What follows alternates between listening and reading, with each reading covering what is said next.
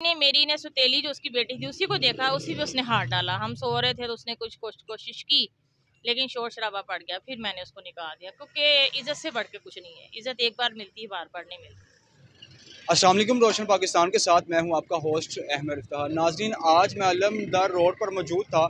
यहाँ मैंने हुमा नामी एक खातून को देखा जिनके शोहर पहले फोत हो चुके थे, तो इन्होंने अपनी औलाद की खातिर दूसरी शादी की। जब इन्होंने अपनी औलाद की खातिर दूसरी शादी की, उनके जो दूसरे शोहर थे वो ऐसे बदबख्त निकले कि उन्होंने इन्हीं की औलाद के साथ, इनकी एक बेटी के साथ बदफेली करना चाहिए और उसके साथ बहुत नाजायज़ ताल्लुकात रखने चाहे। जब इनको पता चला कि वो शख्स, वो कमबख्त शख्स इनकी औलाद के साथ ऐसी हरकत करना चाहता है, तो इन्होंने उसको फ़ौरन तलाक दे दी। जी अस्सलाम वालेकुम। वालेकुम अस्सलाम। जी हुमा, सबसे पहले मुझे ये बताइएगा कि ऐसी क्या नौबत आ गई कि आपने एक औरत होके एक ये स्टॉल लगा लिया, एक रेहड़ी लगा ली खाने पीने की?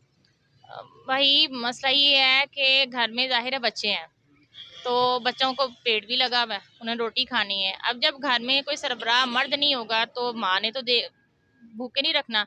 वो भी माएँ हैं जो जिस्म फरोशी कर रही हैं, हाथ फैला रही हैं, लेकिन उनसे बेहतर है कि मैं घर का खाना बना के ये यहाँ ले आऊँ। क्योंकि कुछ अर्सा पहले मैं यहाँ से गुजरी थी, मेरा बेटा बीमार था, ये रेंजर हॉस्पिटल में लेके गई थी, तो मैंने देखा, मैंने कहा यहाँ पे मार्केट है तो कोई इस तरह का सिस्टम नहीं है। फिर मैंने अपने भाई से बात की, फिर हमने थोड़े बहुत पैसे किसी से लिए, फिर हमने घर का खाना, रोटियां, सालन लाना शुरू कर दिया। शुरू शुरू में तो बड़ी नाकामी हुई, लेकिन फिर क्या था, सब्र सब्र बहुत किया है, बहुत सब्र किया है। 6 माह हो गए, शुक्र है अल्लाह का कि मार्केट भी बड़ी अच्छी है। अच्छा वक्त भी देखा इस मार्केट में कि जब मैं अच्छे पैसे भी लेके गई हूँ। अब फिर से कारोबार डाउन इसलिए हो गया कि बिल्कुल अभी जो है मेरे पास बिल्कुल प्रॉपर बर्तन नहीं है, रेडी भी टूट चुकी है। एक भाई ने हमारी हेल्प की थी, छत का ये नीचे वाला हिस्सा बनाया है, लेकिन शॉप बनाई है, लेकिन छत नहीं है।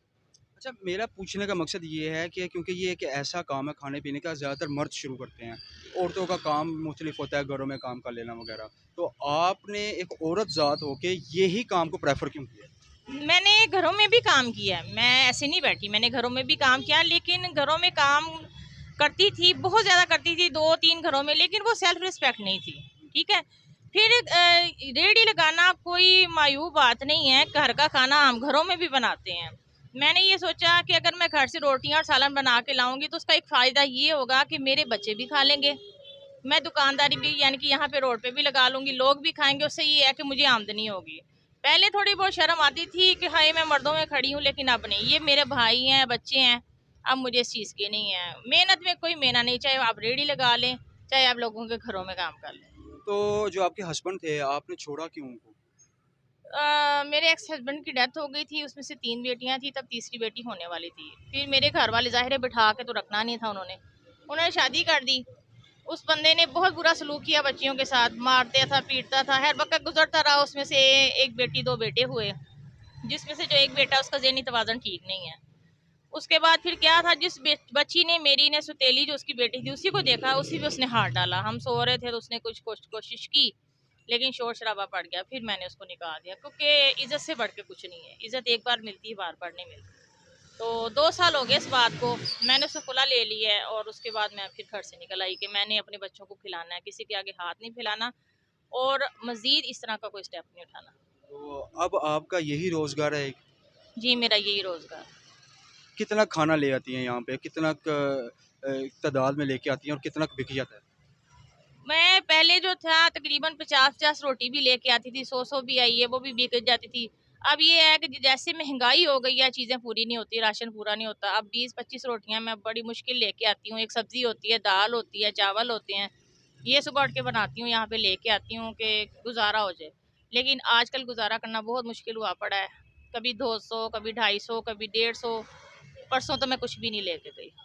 लोगों का रवैया कैसा है? क्योंकि एक औरत ज़ात जब निकलती है माशरे में, बाहर निकलती है, तो लोगों का रवैया बहुत मुख्तलिफ होता है। तो आपको कुछ ऐसे फेसेस से सामना करना पड़ा?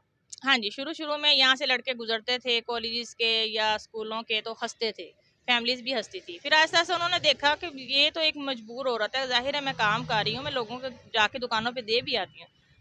कोऑपरेट करते हैं, एप्रिशिएट करते हैं, और कहते हैं कि अच्छी बात है कि आपको देख के हमें हौसला मिलता है। लोग रुकते हैं, रुक के बात करते हैं अच्छे तरीके से। इज़्ज़त बहुत बड़ी चीज़ है, इज़्ज़त करते हैं फैमिली, यहाँ फैमिलियाँ भी करती हैं और यहाँ के दुकानदार भी बहुत इज़्ज़त करते हैं मेरी। आखिर में उन औरतों से क्या कहेंगी जो कि दिल हार के किसी गलत काम की तरफ चली जाती हैं? देखिए, मैं तो खैर उनको अच्छा नहीं कहूँगी, दिल हार के बंदा गलत काम ही क्यों करता? दिल हार के बंदा अल्लाह के आगे क्यों नहीं झुकता? मेन चीज़ है ना कि आपका रब आपको देता है, कहीं पे भी आप चले जाएँ।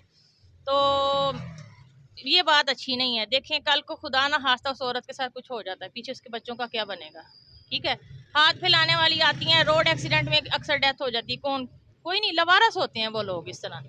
आप मेहनत करें, खुद से कमाएँ, आपको पता हो मैंने अपने हाथ से मेहनत की कमाई की है और उस काम में बरकत भी होती है और अल्लाह भी राज़ी होता है। जो लोग आपको ये वीडियो देख रहे हैं और आपकी मदद करना चाहते हैं, उनसे क्या कहेंगे? मैं उनसे कहूँगी कि जो साहिब हैसियत हैं, जिनको अल्लाह ने बहुत दिया हुआ है, वो सिर्फ इतना कर दें कि मेरी ये छत बन जाए दुकान की, बर्तन आ जाएँ थोड़े से, या एक स्टैंड मुझे चाहिए वो जिसमें डिशें वगैरह पड़ी होती हैं, सालन वगैरह गर्म होते हैं, क्योंकि बार-बार स्टोव पे सालन गर्म करने से गैस खत्म हो जाती है। गैस भी बड़ी महँगी है, चाय बड़ी मुश्किल से बनती है। बस इतना है कि अगर हेल्प कर सकते हैं तो भाई का नंबर है वो ले लें, उस पे फ़ोन करें। हेल्प के लिए अगर करना है तो ठीक है, खुद आ जाएँ, खुद आके देख लें, वो कोई इश्यू नहीं है। लेकिन ये जो कहते हैं फ़ोन करके जी शादी कर लो, हमसे बात कर लो, आप ये करो, आप सामने आ जाओ, आप ऐसे करो, ऐसे लोग जो है ना, मैं उनसे ना हाथ जोड़ के माफ़ी माँगती हूँ, भाई मैं इस काबिल नहीं हूँ। जी तो नाज़रीन, आपने देखा कि किस तरह एक मजबूर ख़तून जो सी है वो सड़क पे एक स्टॉल लगाए बैठी है और खाने पीने का सामान जो है वो सेल करती हैं और ये है कि बाइज़्ज़त रोज़गार जो है वो कमा रही हैं।